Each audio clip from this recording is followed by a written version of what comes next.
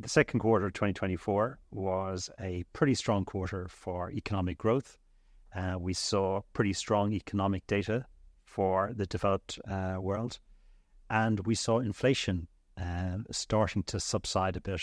And this is what market participants refer to often as the Goldilocks scenario, which is the ideal scenario really for equity investment markets, because what you're getting is you're getting a bit of growth, not too hot so that you're getting inflation, and not too cold where you might be getting a recession. So you want something in between, so you're getting pretty strong growth, but equally you're not getting high inflation. So we saw that. We saw growth, economic growth continuing to improve, but we saw inflation starting to subside, particularly towards the end of the quarter. And that was a strong boost for markets. As well as that, we saw corporate earnings improving. So that was a boost for markets, as well as companies buying back their own shares. Absolutely, because once the Treasury departments can get inflation under control, that allows central banks to have a bit of flexibility to reduce interest rates. But inflation has been stubbornly high.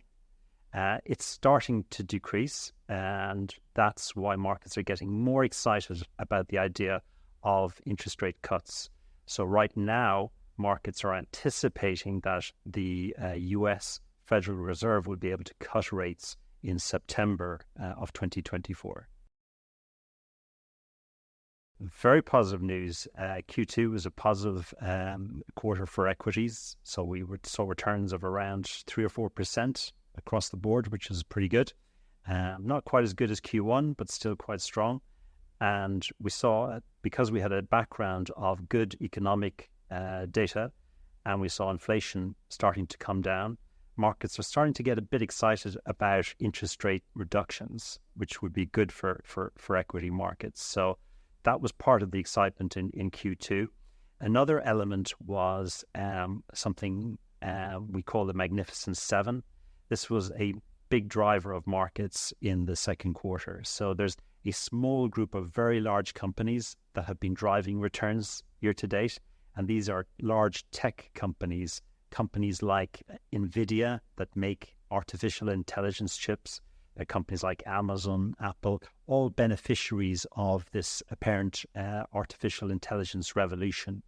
So those companies have really been singled out, and about 50% of the market returns year to date have come from those 7 companies. So it's been a very narrow, very concentrated market environment, and that has boosted our clients' performance in the second quarter and been a very strong driver of market returns. Well, there's always downsides or downside risks. There are risks that inflation pressures come back, that growth is too strong. That seems the markets are anticipating that's probably a low probability risk at the moment. We are seeing lower growth out of China, and that has repercussions. We are seeing that impacting the luxury sector, and that's affected quite a few European companies. And so that's a watch point. That could start to have spillover effects. If we start to see China continuing to slow, then the spillover could affect equity markets more broadly. One of the key things that markets have been looking at has been inflation risk, and markets have been going backwards and forwards on the inflation outlook. And what we saw towards the end of Q2 is actually the inflation pressures starting to come down. So we saw that in the labor market in the US, and that means that there's less likely to be inflation coming into the system. We're getting closer to that 2% target that the central bank would like to see. Higher interest rates are the one tool that central banks use to reduce inflation, and that's been quite effective because it means our borrowing costs, our mortgage costs are all higher, so we have less money to spend, and that means that slows the economy, but it also slows inflation. Q2 was a good environment for risk-taking, mostly in equities or credit market environments. But government bonds were up around 1% over the quarter as well. So quite a strong environment across the board, which meant that we saw all risk categories from 1 to 7 all performing well over the quarter, which is great to see, and great for clients. When we look at the contributors to performance, the strong performance that we saw in models in an absolute sense in Q2, it came from things like profitability. So we have exposure to 3 main pillars: valuation, profitability, and small companies. Profitability was well rewarded in Q2. And we also were rewarded by our exposure to credit and also to emerging markets. They did quite well in Q2. And the emerging markets are starting to do a bit better on the back of a lower, weaker dollar. So that'll be something to watch going forward. And some of the detractors that we saw were things like value. I mentioned valuation is one of the pillars. Value didn't do as well as growth companies.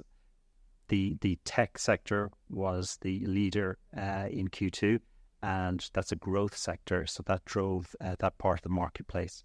And another detractor was because those companies are large, they outperform small, and smaller companies had a more difficult time in Q2. In Q2, we saw all the underlying equity funds doing quite well, except for US equity, where we saw that valuation headwind and that headwind from growth stocks, the Magnificent Seven, those really big tech companies. And what we've seen, because we have a bit more of a small cap tilt, because we are focused on small caps, that was a bit of a headwind in Q2. But what we've seen since then in July has been quite remarkable. In the middle of July, we saw inflation numbers come down pretty significantly, and the markets got really excited now that interest rates will come down. Well, which companies are the biggest beneficiary of interest rates coming down? Small companies, because they have the biggest amount of debt that is floating rate, as they say. So it goes up and down with interest rates, not fixed like large companies have. And so smaller companies are a bigger beneficiary of lower rates, and they have absolutely taken off in July there. Towards the end of July now, we're looking around 10% outperformance from small caps. So really strong driver of performance this month. Small caps are one of our 3 pillars. There's small caps, valuation, and profitability. There's a lot of academic support to show that small companies do well. And that shouldn't be surprising, right? Because smaller companies are more dynamic, they're more innovative, and they tend to grow faster, and the price appreciation has been more dramatic for smaller companies than for larger companies. And, as they say, elephants can't dance. It's difficult for larger companies to grow as fast as small companies.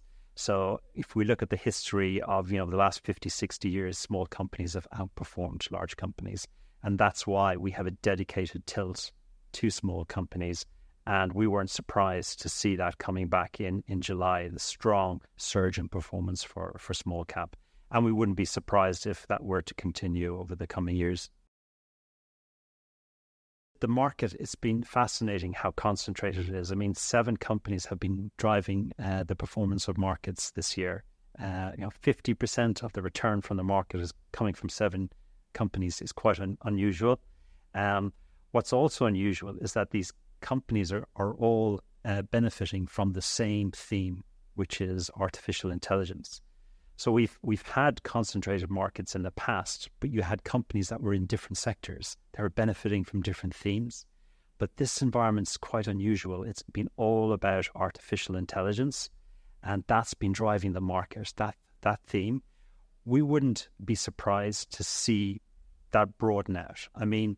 If artificial intelligence and the benefits of that are going to be, what we've been led to believe, which is they will change most of the economy and the way we live our lives, then you would expect there to be a broadening of the market rally as all these companies benefit from the efficiencies of AI. And History shows us that's what tends to happen, that you have these concentrated rallies sometimes, but they don't tend to last very long. Over time, over sort of like a 5-year window, you would expect that to sort of peter out typically. So it's important to be diversified. It hasn't worked as well in recent times because of AI, but we would expect that to broaden out over time. This year, clients have been really interested in elections, what the outcome of elections are, what the impact will be on markets, what the impact will be on their portfolios. And when we look at sort of market history, there really isn't a lot to be, you can't predict the outcomes of these things very easily. And we're very humble about that it's not an area that we would like to make a call on as to who is going to win an election. And by and large, it doesn't really matter for markets over time. And it's something that we all talk about because it's in the headlines and it's in the news. But actually, in reality, it doesn't have a major impact on portfolios. We've been through the UK election, and that has had very little impact on client portfolios. And the US election towards the end of the year, we don't know what the outcome of that will be either, but we're very diversified in our portfolio, so we're not leaning one way or another in our portfolios. We're not taking that risk. We're keeping to our strategy, keeping disciplined, keeping diversified, and we can sleep at night then. We don't have to worry what the outcome of the elections are. We're very focused on the US elections and what's happening in the UK from a tax planning perspective, because when tax rule change, then that has real live implications for our client portfolios. So we are really on top of that, and we are very attentive to those changes. So whereas when we see, for instance, the US election, we don't know what's going to happen with the US election, and we're very diversified so that our client portfolios are going to be somewhat insulated from a market perspective. We're not taking one view or the other. From a tax planning perspective, we're going to be staying very close to what both parties, Democrat and Republican, are saying. That's really going to be key for us in our business going forward, is making sure that we're able to give clients advice on where we see things going.